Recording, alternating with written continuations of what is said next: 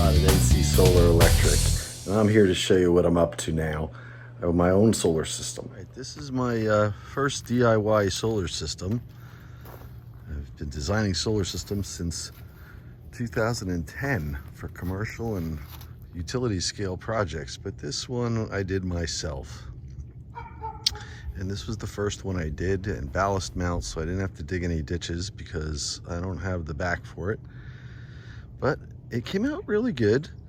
But I'll tell you, at a 10-degree tilt, I'm very disappointed in what I get out of it. And also, using the IQ8 Plus, which is a 300-watt inverter on a 400-watt panel, was not a good match. They really do clip a lot of energy, which I've now shown to be true, and I'll show you in a moment. But you see here we're at about 4:30 in the afternoon, and things are getting shaded by the trees. But just a couple of months ago, you know, you could see over here I've got some really tall trees back there, and those trees on my neighbor's yard in November, December, January were shading my panels. And so what I've done is, let me show you. The other problem is my dogs like to walk on them. They're not gonna hurt them, but you see the dog prints? They like to walk on them, and I don't like that. And the dirt doesn't roll off very good at 10 degrees. These are my other panels at 25 degrees, on my Powerfield PowerRacks.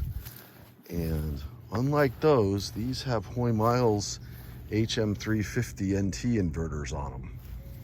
And these two panels give me 100 watts more all day long, from morning till night, partly because of the tilt and partly because of the inverters.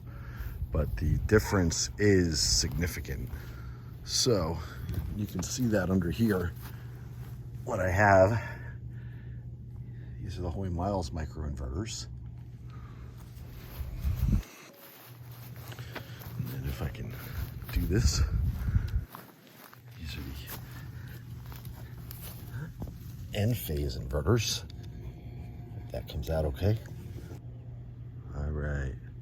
Okay, the plan is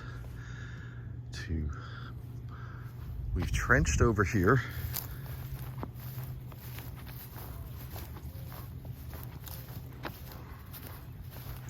And this is my 10-3 tray cable, direct burial. That's one row. This is for the second row, in and out. Again, 10-3 tray cable. It's buried. And then over here, we've got one from the panels, solar panels, one from the microinverters, and two from my N-phase combiner box over here. So these two cables run down this trench. That's where I hit the power line. And yeah, these are my 10-3 tray cables. I got two circuits, 60 amps of current from microinverters, and they go into my N-phase box. And that pile of gravel should be a clue that what I'm going to be installing over here are more Powerfield PowerRacks, the ones you see over there. Those Powerfield PowerRacks are awesome with the 25-degree tilt behind them, and they look good. You don't see all the blocks in the metal. So what we're going to have here, and believe it or not, the power line running through the yard messed me up when I did this, because I thought south was that way.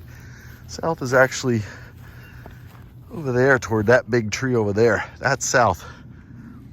So the new system is going in right here. Right here. 3 rows.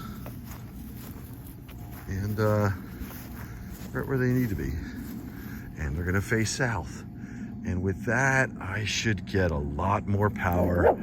I expect at, you know, a couple, Right now it's doing about 20 kilowatt hours a day on a good sunny summer day. I expect that with these changes, I'm gonna get an extra 3 to 5 kilowatt hours, excuse me. I should get an extra 3 to 5 kilowatt hours, which is good, it's significant. And then eventually I'll add more panels, and that's, I got plenty of yard space to do that. And this is the sunniest place in the yard, so that's where I'm gonna put them. Hey, this is Todd. Don't forget to like and subscribe, and join me on my YouTube channel, the Solar Power DIY Helpdesk. And also we have a forum on Facebook, and I have a new store that's ncsolar.electric.square.site. So check there for great deals and prices and new inverters and new equipment coming soon. Take care. Have a great day. Bye-bye.